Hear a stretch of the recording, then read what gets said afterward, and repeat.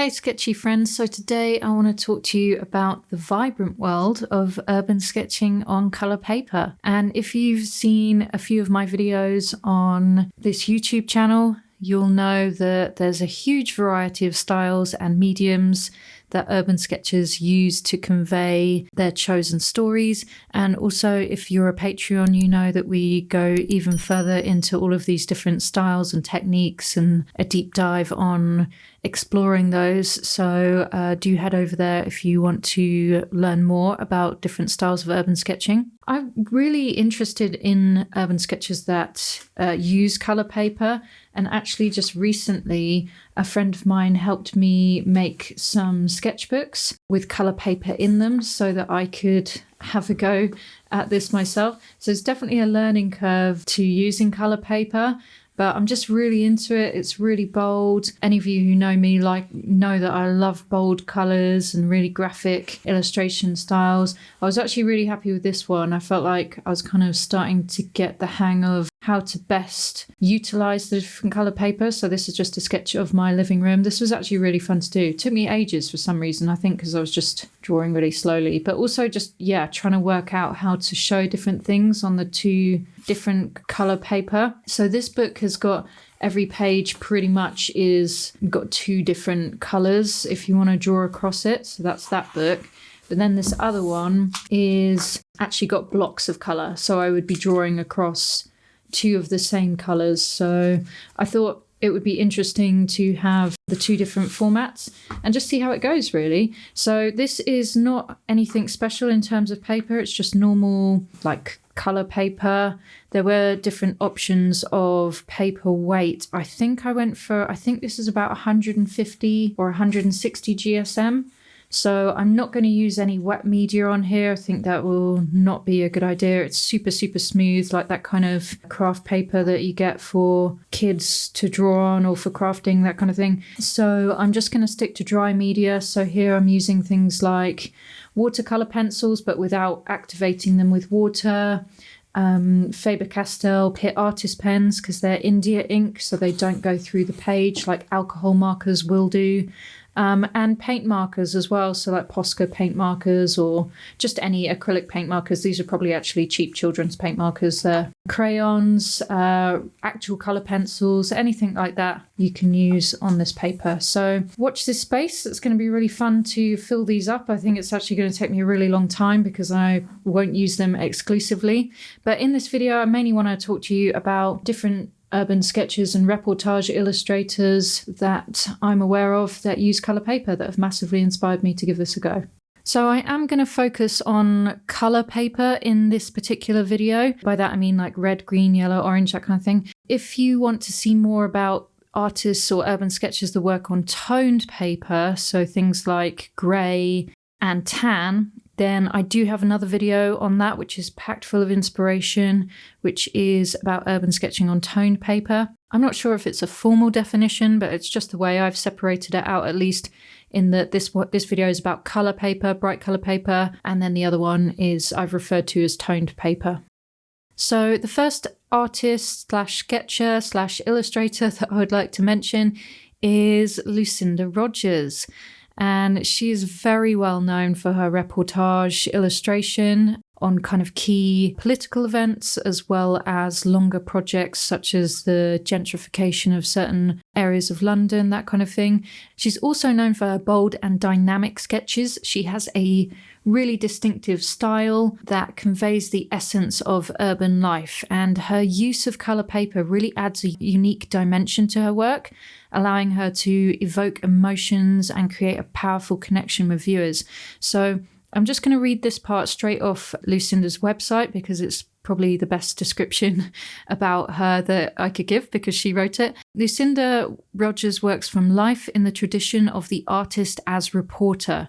She immerses herself in an environment and records straight from eye to paper, which gives her drawings a particular spontaneity. Her work records the intimate details and broad views of the changing city she lives in, London, and others she is drawn to, including New York and Marrakesh.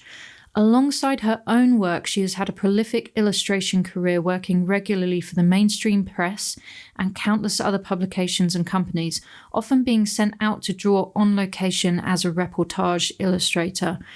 I'm really fascinated by reportage illustration, and that's kind of what brought me to Lucinda's work, because she is probably one of the most well-known examples of a modern-day reportage illustrator. So she uses a mix of ink and watercolour and then other dry media. She creates highly detailed and expressive sketches that brings life to the scenes she portrays. Her ability to convey the hustle and bustle of city life, as well as the unique architectural features and human interactions, is what sets her work apart. I feel like her use of thick black lines to accentuate certain areas of her sketch, draw the eye to the focus. I feel like that's her like a key trademark to her style. She also leaves a lot of the colour paper behind, predominantly just drawing on top, occasionally adding small accents of colour to some foreground elements. And that's something that I'm really trying to remember when I'm drawing on colour paper myself, is actually to leave a lot of the paper behind, not cover up all of the paper, which I have done in the past. That's not the point. So yeah, that's something I'm really trying to remember. And you can tell that Lucinda mainly works on location, just simply looking at her work. Her marks are quick, loose, spontaneous, instinctual, and above all, full of energy, something that would be extremely difficult to achieve anywhere other than on location, totally immersed in the scene. So moving on then, I want to talk about Lyndon Hayes. I've mentioned him a few times in the past. I've only recently realised he has a YouTube channel, and he does very thorough flip-throughs of his sketchbooks and explaining his style and how it's developed and stuff. I don't know where I've been. I don't know how I've only just realised that he has that. I think I'd seen that he does sketchbook flip-throughs on his Instagram account, but yeah, I'll put the link below if you want to go and check out his YouTube channel and watch his sketchbook flip-throughs. They're really interesting. Lyndon just speaks so well about how his style has developed and what he's drawing and why, and I just find it fascinating. I do feel like Lyndon's personal illustration style is really unique, and it's just very interesting to hear him discuss it. Moving on from that, I do feel like Lyndon has kind of two quite distinct styles of sketching. I feel like the one in his personal sketchbooks and that you'll see on his YouTube channel, his use of colour, fine line markers. I think he's actually using Posca acrylic markers, but like with the fine nib. And he generally uses one colour for the background elements and then a different colour for the foreground elements. And I actually demonstrate this technique, amongst others, to members of my membership, my monthly membership. So you can find out more about that in the description below. And he creates illustrations on location with super intricate lines.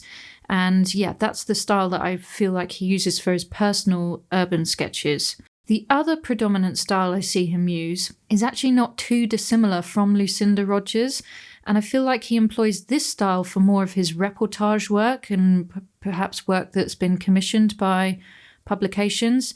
And I think that's highlighted by the fact that he does have two separate Instagram accounts, one for his personal stuff, which has the fine line illustrations on, and then he has a separate one for more of his professional work. So yeah, that's kind of the distinction that I can see between his styles. So Lyndon's urban sketches on colour paper stand out with their intricate details and masterful use of various media. His compositions capture the spirit of bustling cities and showcase the diverse textures and architectural features that make each location special. And I really love his use of accent colours in his work. For instance, in this sketch, he doesn't feel the need to fill the entire t-shirt of the man on the right. Similarly, the pale blue-grey colour in the background around the animal head, being able to pull this off effectively is a testament to his skill in what can be left unsaid. And that's something that I made a whole video about a few weeks ago called how to sketch less and say more. So more about a minimalist style, but it all kind of connects with this. How much do you draw and how much can you leave unsaid? Yeah, I just find that balance really, really interesting. So note that both his use of line weight, i.e. fine versus thick, and then also his colour, black versus grey, to create focus and depth in the sketch as well.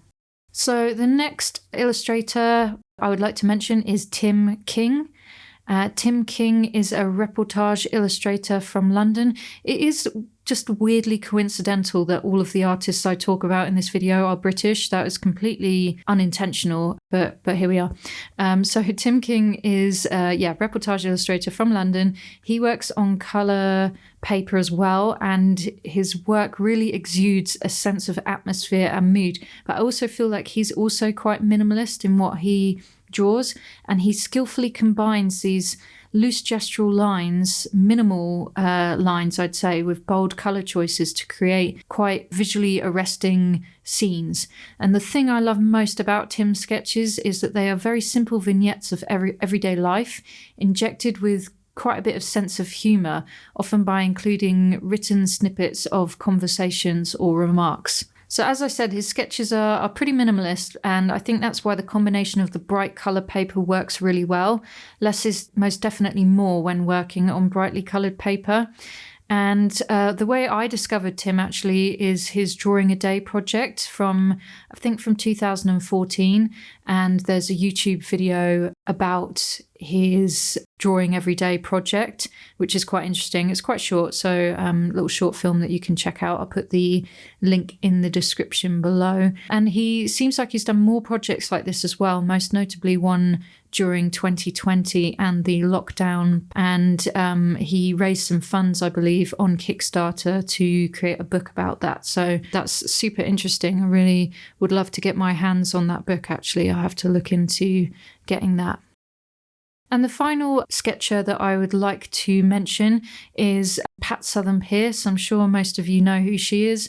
She's kind of, the other three have been a bit more reportage illustration, but Pat's more of a straight up urban sketcher, and she does a lot of work on colour paper. They're super vibrant and lively. She's got an extremely distinctive style. She often creates a really dramatic sky to kind of demarcate the negative shapes of a skyline or of a specific building beneath it.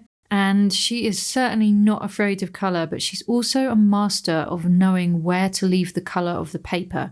Again, this really is the key to working on colour paper. So I believe Pat tends to use dry media such as watercolour pencils without applying the water. I think I heard her say in one interview that she actually finds watercolour pencils nicer to use than colour pencils. Maybe she finds them more pigmented or easier to lay down on the paper. She also uses markers, paint markers, crayons, gel pens. I think I've even seen her use kids' gouache sticks, that kind of thing. I think it was actually watching Pat, I was like, oh, okay, it is okay to use children's art materials, art supplies, especially when you're just working in a sketchbook. You don't need to worry about things being light fast or anything like that. The other thing Pat is well known for and is distinctive about her sketches is her lettering style. It is beautiful and, in my opinion, as much a part of the sketch as the drawing itself. So that is my very brief look at a few illustrators and artists that work on colour paper, specifically within reportage and urban sketching space. If you know of some more for me to check out, I would really love to hear from you guys. I do save whatever I see on a Pinterest board, which you can find a link to in the description below. And I'm just going to leave you with just a few practical tips for drawing on colour paper. The first one is selecting the right paper. So when you're urban sketching on colour paper, it's crucial to choose the right paper that suits your style. So experiment with various types of colour paper to find the one that complements what you want to achieve. And you need to consider factors like texture, weight, and colour intensity, because you can get much more subtle colours than I showed you in my sketchbooks. I just wanted to go all in and go kind of crazy with it. The next tip is to understand the medium compatibility. Not all art mediums work well on colour paper. Dry media like coloured pencils, pastels, etc. are quite commonly used on colour paper. You can also experiment with wet media like watercolour or gouache. I haven't actually, to be honest, tried watercolour or gouache on this colour paper, but I just really don't think it's going to take it. But maybe I'll just do a quick experiment anyway. The next tip is to embrace contrast. Colour paper offers an excellent opportunity to play with contrast. Using white or light coloured mediums to highlight and accentuate certain elements of your sketch creates a sense of depth and drama.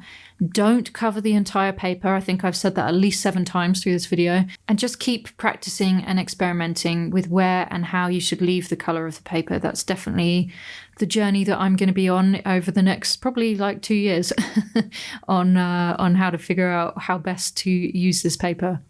My next tip is about integrating mixed media. So explore integrating various different media to add dimension and visual interest to your urban sketches. So don't be afraid to combine ink and colored pencil and crayon and paint markers, because it really can result in quite a captivating and dynamic artwork. Again, I prefer using dry media on colour paper because I haven't really found any exciting colours of paper available in a weight or style of paper that can handle wet media. So there are sketchbooks available by brands such as Hahnemuller, Stillman & Byrne, Royal Talons and Strathmore in colours like tan, grey and black paper that can all cope with wet media. I just haven't found personally that I've seen any brands that offer actual colour paper that can handle wet media. But again, if you know of any, please do let me know. I would really be interested to find that out.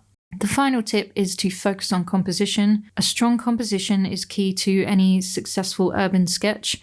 Pay attention to the placement of key elements, using leading lines, balancing negative space to create a visual appealing and harmonious piece. I'll say it one more time. Negative space, leaving the colour of the paper behind really are the keys to success with working on colour paper. I really hope this video has been very interesting for you guys and it's been inspirational and that maybe you'll have a go at using colour paper. Don't forget my Beginner's Guide to Urban Sketching, my actual physical book, is coming out in December 2023 and you can pre-order it right now. That would really help me out. Do go check it out. Links are in the video description below and I will see you in the next video.